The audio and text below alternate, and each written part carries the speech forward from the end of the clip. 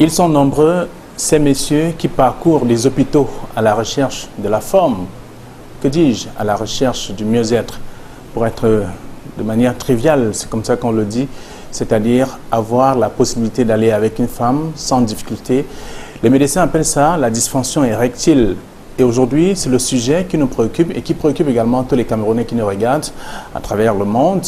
Et c'est avec Dr Ndjounou Bertin Nyinke, qui est donc chirurgien urologue, notre invité. Docteur, merci de répondre à nos questions. Bonsoir. Alors, vous êtes notre invité et avec vous, nous parlons de l'érection, de la dysfonction érectile. Qu'est-ce que ça veut dire?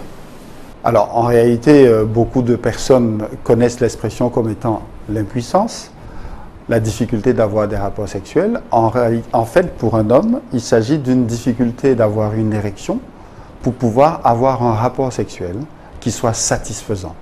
C'est en réalité cela, la dysfonction érectile ou l'impuissance. Alors, c'est quoi la différence, vous avez dit? Alors, il n'y a pas de réelle différence. En fait, c'est le même nom qui caractérise le même symptôme que beaucoup de gens appellent dysfonction érectile lorsqu'ils ont un savoir médical avancé, ou on appelle impuissance lorsqu'on veut définir le problème qu'on présente. Alors, c'est une affaire d'homme, on va le dire. Exclusivement une affaire d'homme en réalité, oui. Alors, quels sont les facteurs de risque? En fait, les facteurs de risque sont nombreux, mais en majorité, contrairement à ce que beaucoup de gens pensent, les facteurs psychogènes d'origine psychologique sont en majorité les causes de cette dysfonction érectile. Et puis on a d'autres types de facteurs qui sont liés à la maladie. Ceux qui souffrent d'hypertension, de diabète par exemple, ou d'autres types de maladies peuvent avoir un problème de dysfonction érectile ou d'impuissance à un moment donné de leur vie. Et puis on a ceux qui ont eu des maladies qui ont occasionné ou qui sont à la cause d'une opération chirurgicale. Par exemple, les hommes qui souffrent de problèmes de prostate peuvent présenter des problèmes d'impuissance sexuelle. Ou alors d'autres causes qui sont d'autant plus rares, que nous n'allons pas détailler ici parce que ça ne concerne pas une grande partie de la population. Mais je voudrais surtout insister sur la problématique de la difficulté d'avoir des érections pour les hommes qui approchent la cinquantaine, qu'on appelle la déficience acquise liée à l'âge, qui est surtout liée à une baisse de la testostérone chez l'homme, qui est un grand facteur qui peut occuper beaucoup d'hommes qui sont autour de 45-55 ans. Alors, on le voit également depuis quelques années chez les jeunes, chez les adolescents, qui n'arrivent plus à se mettre debout, comme on le dit, en temps normal. Alors, ça, on peut avoir des jeunes qui constatent à l'adolescence qu'ils ont une possibilité de constater qu'il y a des problèmes d'érection.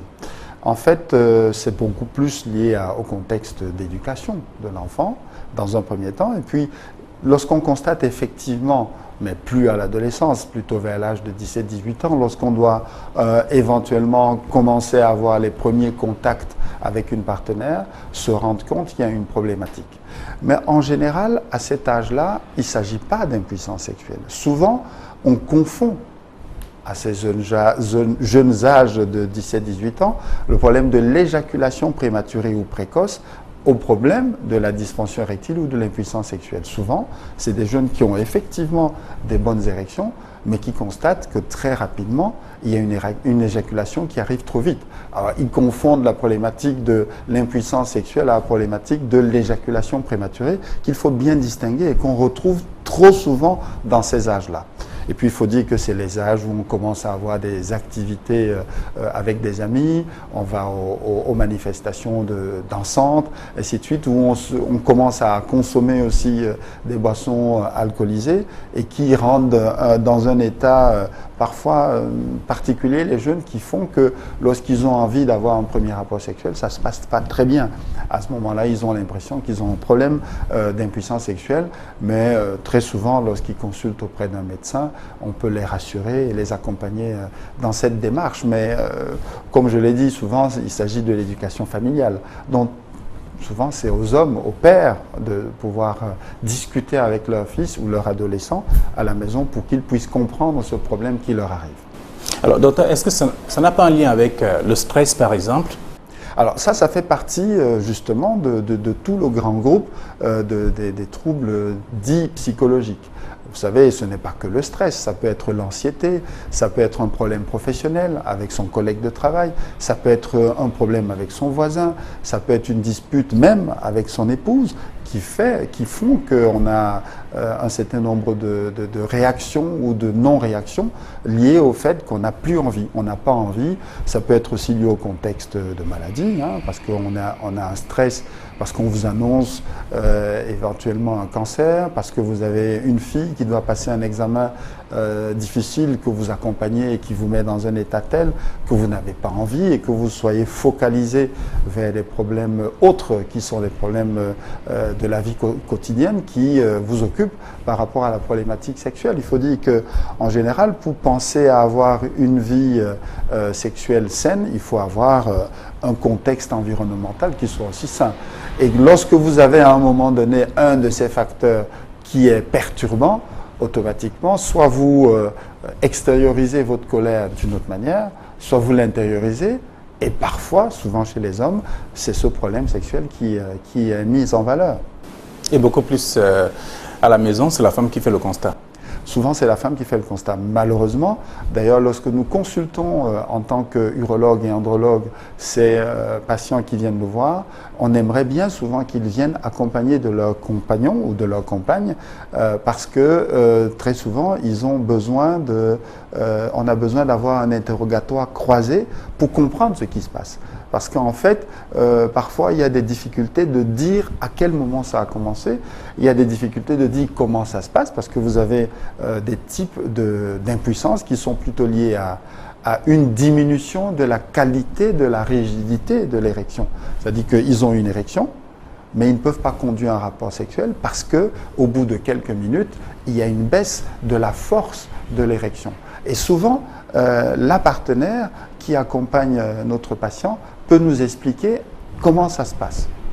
Docteur, est-ce que le fait, je voudrais dire, l'occidentalisation de nos aliments, nos nouvelles habitudes alimentaires peuvent être également des facteurs qui conduisent à cette faiblesse de l'érection? En fait, ce n'est pas l'occidentalisation du rythme alimentaire, c'est beaucoup plus la malbouffe, c'est-à-dire qu'on ne mange pas bien et que dans les aliments aujourd'hui, forcément avec cette facilité dans l'alimentation, on retrouve beaucoup de choses qui sont défavorables, les graisses, tout ce qui est dans les aliments salés, tout ce qui est pas bien à consommer en général. Lorsque vous consommez des tonnes et des tonnes de beurre, c'est pas bon. Lorsque vous êtes à risque éventuellement de développer un diabète, ce n'est pas bon. Donc moi je ne dirais pas plutôt que c'est l'occidentalisation, je dirais plutôt que c'est une mauvaise alimentation qui peut être un des facteurs de risque. Parce que cette mauvaise alimentation peut occasionner des maladies qu'on connaît, hein, l'hypertension, le diabète ou plein d'autres maladies qui sont des facteurs qui entraînent en réalité cette difficulté. Et il ne faut pas oublier la problématique de la consommation d'alcool.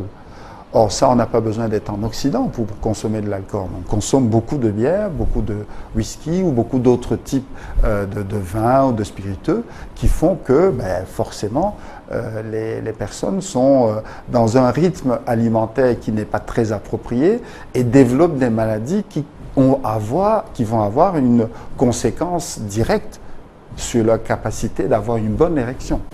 Alors, vous avez évoqué l'alcool et autres, mais on sait généralement, en tout cas, à un certain âge de la vie, on a besoin d'impressionner sa partenaire, on peut prendre des stupéfiants. Est-ce que, à la longue, ça a un impact sur la vie sexuelle de l'homme?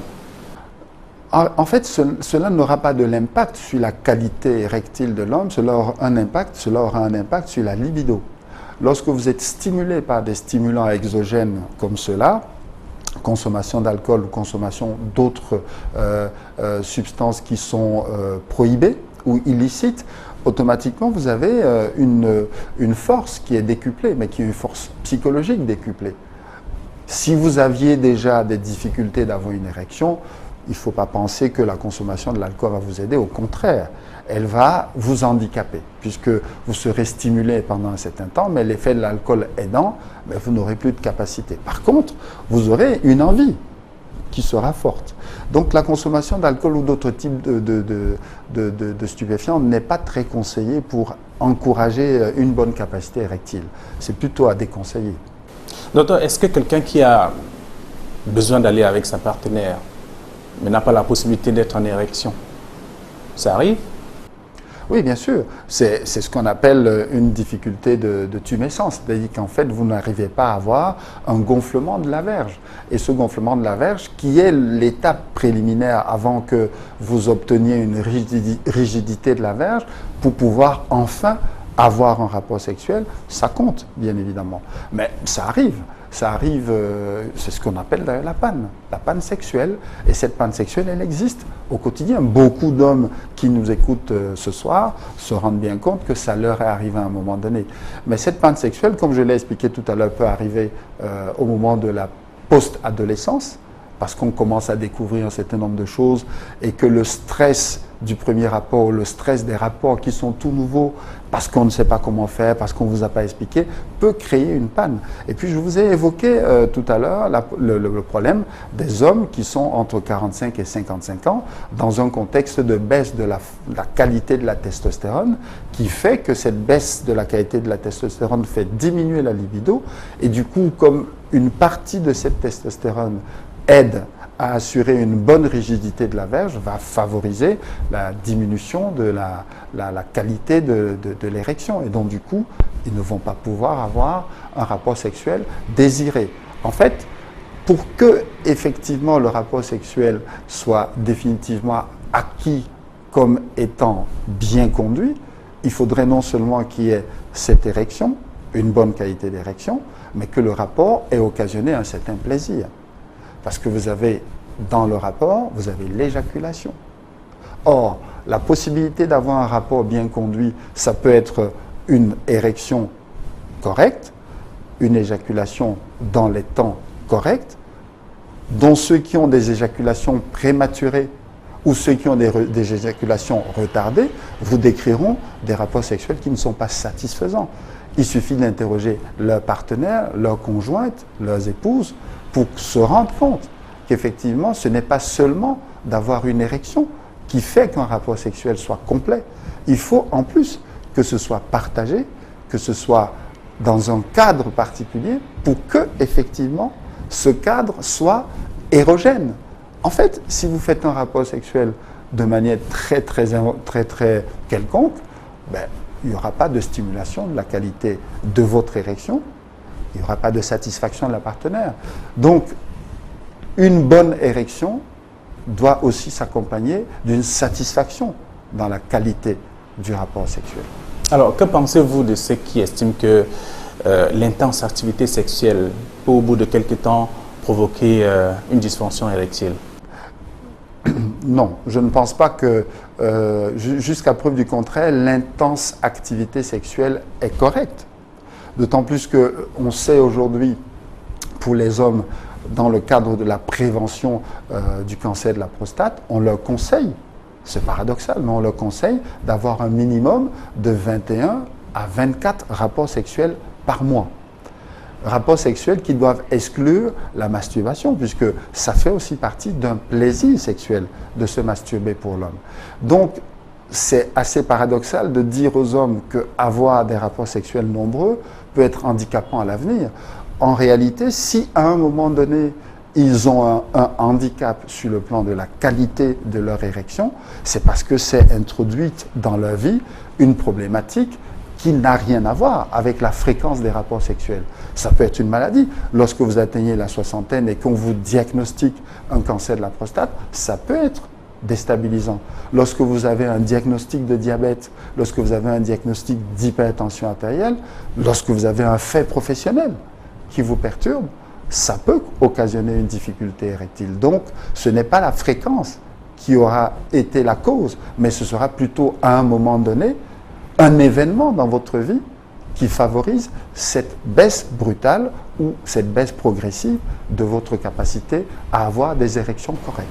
Dites-nous, quelle est l'attitude de celui qui est victime de la dysfonction érectile? Est-ce qu'il a un comportement normal ou il pense qu'il a perdu quelque chose de sa vie? Rassurez-vous, il est extrêmement difficile de se rendre compte que votre collègue de bureau ou votre voisin au quartier a un problème de dysfonction érectile si vous ne le confiez pas. Souvent, c'est très difficile d'imaginer que quelqu'un a un problème d'impuissance sexuelle. C'est probablement, comme on le dit régulièrement, plutôt les partenaires de ces personnes qui peuvent vous dire qu'il y a un problème d'impuissance sexuelle dans la vie du couple, par exemple. Mais en général, ça ne se détecte pas comme cela. Donc il faut déclarer de toute façon. Je ne dirais pas qu'il faut déclarer, il faut aller vers un médecin lorsqu'on a une difficulté à avoir une érection correcte. Il faut faire la démarche. Alors je comprends que ce soit assez difficile pour ces personnes de faire cette démarche parce qu'ils le vivent de manière très très difficile. Ils le vivent comme une humiliation. Ils le vivent comme un manque de virilité. Ils le vivent comme n'étant plus des hommes. Donc, il faut bien comprendre que lorsqu'on est dans un contexte culturel qui place la problématique érectile, la problématique de la puissance sexuelle au cœur de la virilité de l'homme, l'avouer peut poser des problèmes. Mais sachez, chers téléspectateurs, que dans le cabinet d'un médecin, ça n'est plus une problématique de virilité, ça devient un problème de santé. Et ce problème de santé doit être pris en charge. Donc, lorsqu'on a un problème de puissance ou d'impuissance sexuelle, il faudrait aller voir un médecin, lui expliquer les symptômes qu'on ressent. Peut-être que ce n'est pas l'impuissance. Comme je l'ai dit tout à l'heure, c'est peut-être juste un problème d'éjaculation prématurée qu'il faudra traiter. Et même l'impuissance sexuelle se traite. Donc, il ne faudrait pas le vivre comme étant la pire des choses qui vous arrivent. On traite autant un problème d'impuissance sexuelle qu'un problème de diabète, qu'un problème d'hypertension, qu'un cancer de la prostate, qu'un cancer de la thyroïde. Tout ça se traite. Le tout, c'est de poser le bon diagnostic lorsqu'on explique les symptômes. Alors, lorsque je préparais cette émission, un collègue m'a proposé de vous poser cette question en même temps. Est-ce que le fait de pratiquer le coït interrompu peut aboutir également à la faiblesse sexuelle? Alors, il faut bien être d'accord. Lorsque les hommes essayent d'avoir une performance sexuelle, ils se disent régulièrement, dans les cours de récréation, qu'il faut pratiquer le coït interrompu. Alors, ce n'est pas une bonne chose. D'abord parce que lorsque vous faites un rapport sexuel, il y a une décharge hormonale qui est telle qu'à un moment donné, vous ne pourrez pas maîtriser cette décharge hormonale. Lorsque vous faites le coït interrompu, c'est probablement pour des questions soit religieuses, soit personnelles, soit de tabou, soit encore d'autres, culturelles, qui font que, pour des raisons parfois de contraception, vous devez être amené à faire le coït interrompu parce que vous n'êtes pas en capacité ou parce que pour des raisons X ou Y, vous ne pouvez pas utiliser un préservatif, ainsi de suite. Mais pratiquer le coït interrompu, on n'en voit pas l'intérêt, puisque en réalité, mis à part ces quelques contextes que je viens d'évoquer, le coït interrompu n'apporte rien, mis à part l'envie pour la personne qui le pratique de développer un type de performance sexuelle. Mais en réalité, la performance sexuelle n'est entretenue que par la partenaire. Si vous avez une partenaire qui est activatrice, qui vous donne de bonnes ondes, qui vous accompagne dans votre manière d'avoir votre vie sexuelle, vous serez performant. Encore que cette performance n'a de sens qu'aux yeux de votre partenaire. Elle n'a de sens aux yeux de personne d'autre. Alors, se gargariser d'avoir un rapport sexuel pendant 3 heures ou pendant 30 minutes, il faudrait que la partenaire qu'on interroge soit satisfaite. Mais si vous avez un rapport sexuel bien conduit, comme je l'ai dit tout à l'heure, le rapport sexuel n'a de sens, et c'est d'ailleurs la raison pour laquelle la problématique de l'impuissance sexuelle se pose, souvent aujourd'hui, c'est qu'il y a cette connotation de performance. Or, la performance n'a de sens qu'aux yeux de votre partenaire. Si vous faites le coït interrompu pour revenir à cette question au départ, et que ça satisfait votre partenaire, vous pouvez en avoir autant de coït interrompu que vous souhaitez. Mais si vous le faites sans que votre partenaire ne soit satisfait, alors ça n'a aucun sens. Donc, si vous avez un rapport sexuel qui dure 10 minutes, 15 minutes ou 20 minutes, et que dans le couple, il y a un effet d'engouement, ben votre performance, elle est garantie. Donc, chaque fois que vous serez dans un contexte érogène, érotique, avec votre partenaire, vous serez performant. Mais si vous avez une partenaire qui est castratrice, qui vous dit tous les jours, pour 1001 raisons, qu'il n'y a pas de moyen d'avoir un rapport sexuel, forcément, soit votre libido va baisser, parce que vous n'avez pas un contexte de vie personnelle et de vie sociale qui fait que vous êtes encouragé à avoir des érections, et bien ce contexte castrateur, comme on dit, va diminuer votre capacité érectile. Alors, je vais comprendre avec vous que la partenaire est un élément important dans la pratique de l'acte sexuel, bien entendu. Ça, c'est indubitablement oui, parce que vous n'avez pas une puissance ou une impuissance sexuelle sans la partenaire. En fait, ça se définit toujours par rapport à une partenaire.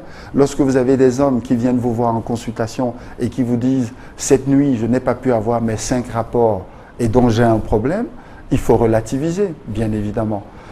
À côté de celui qui viendra vous dire « ce dernier mois, je n'ai même pas eu un rapport », ça n'est plus du tout la même chose. Donc il faut qu'on relativise. Il faut aussi que ce soit la partenaire, la conjointe, l'épouse, la compagne qui viennent avec la personne qui se plaint de difficultés pour qu'on comprenne effectivement où se situe le curseur symptomatique de la personne qui est en face de vous et qui vous déclare ces problèmes. Le déclaratif n'est pas suffisant. Il faut aussi mettre la personne qui se plaint des problèmes dans un contexte de vie, dans un contexte social, dans un contexte professionnel, dans un contexte culturel. Et c'est tout ça qui accompagne la qualité de la puissance érectile. Alors, nous allons parler de la prise en charge dans un instant. Le temps de proposer une autre question, en tout cas concernant toujours les facteurs. Est-ce que dans vos multiples consultations, la dysfonction érectile vient avant d'autres pathologies? Elle occupe une place importante pour autant que les personnes se déclarent. Mais vous savez, c'est toujours la même chose. C'est le symptôme qu'on vous annonce en quittant le cabinet. C'est ce qu'on appelle le syndrome de la porte ou le syndrome de la poignée de la porte. Très souvent, les personnes vous parlent de leur problématique de rapport sexuel quand ils quittent la consultation. Alors, à nous d'être attentifs et de capter ce moment-là pour les accompagner dans cette démarche qui est difficile, comme je l'ai expliqué tout à l'heure, à parfois déclarer, à expliquer. Or, c'est vrai que ils ont toujours l'impression qu'il y aura un regard particulier lorsqu'ils se plaignent de ce problème. Mais très chers téléspectateurs, avoir un problème de dysfonction, d'impuissance sexuelle n'est pas une pathologie. Il faut venir consulter. Ce n'est pas parce que vous avez un problème d'impuissance que vous ne devez pas consulter. Et ce n'est pas parce que vous avez un problème d'impuissance que vous êtes devenu brutalement un sous-homme ou que vous n'êtes plus un homme.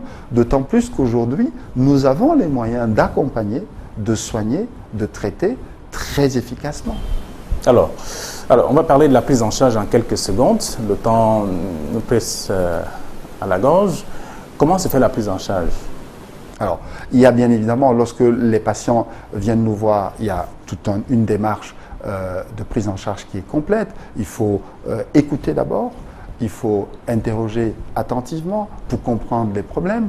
Il y a des démarches d'examen clinique qu'il faut faire parce que lorsque vous avez quelqu'un qui vient vous voir et qui vous explique qu'il n'a plus de testicules ou qu'il a des tout petits testicules, vous comprenez tout de suite qu'il y aura un problème de testostérone. Donc il faudra bien examiner les gens, examiner la verge, examiner les parties génitales pour bien comprendre s'il n'y a pas un problème physique qui accompagne cette souffrance que les gens peuvent parfois témoigner.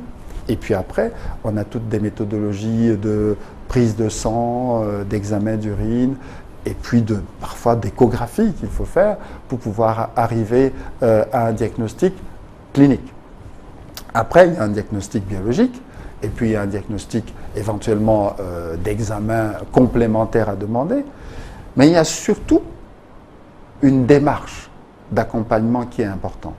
avant bien évidemment d'évoquer les différentes possibilités de traitement qu'on peut avoir, il y a d'abord tout cet environnement qu'il faut comprendre. Parce que si vous avez une prise de sang qui est normale, avec des dosages de testostérone normaux, néanmoins une problématique, il faut bien pouvoir s'atteler à comprendre d'où vient le problème. Et c'est là où intervient ce qu'on a évoqué en début de cette émission, la problématique psychogène. Donc lorsque vous avez tous les examens qui sont normaux, il faut bien se retourner vers d'autres points qui ne sont pas apparemment visibles et qui parfois vous ont échappé lors de l'interrogatoire que vous avez fait. Donc il faut revenir au contexte de vie des personnes pour comprendre. C'est là, à ce moment-là, qu'intervient la partenaire. Et très souvent, nous demandons à nos patients de revenir à une deuxième consultation accompagnés de leur partenaire pour pouvoir bien comprendre le problème qu'ils posent et pour pouvoir leur apporter l'une des meilleures solutions, ou en tout cas le meilleur accompagnement possible qui correspond à leur situation. Je dis bien qui correspond à leur situation. Vous savez, on a un arsenal thérapeutique et puis on les adapte au cas par cas. Voilà. Alors, le spécialiste qui parle de ces questions, en fait, c'est un chirurgien urologue. Et andrologue. Voilà, andrologue également. Docteur, nous allons sortir de l'émission. Merci d'avoir répondu à nos questions. J'imagine que les téléspectateurs ont puisé beaucoup de ce que vous avez évoqué. Il y aura un aspect pour les téléspectateurs. L'aspect surtout qui est le plus important, c'est qu'il faut bien que les hommes qui ont entre 45 et 50 ans ne s'inquiètent pas trop de la baisse de libido, parce que très souvent, on sait ce que c'est à ces âges-là. C'est ce qu'on appelle une déficience acquise liée à l'âge qui passe. Et donc, s'ils ont besoin par inquiétude d'être accompagnés, nous sommes là et disponibles pour les accompagner. Merci. Alors, la dysfonction érectile, c'était le sujet de cette autre édition de Actu Santé. Madame, monsieur, merci de rester encore des nôtres. Au revoir.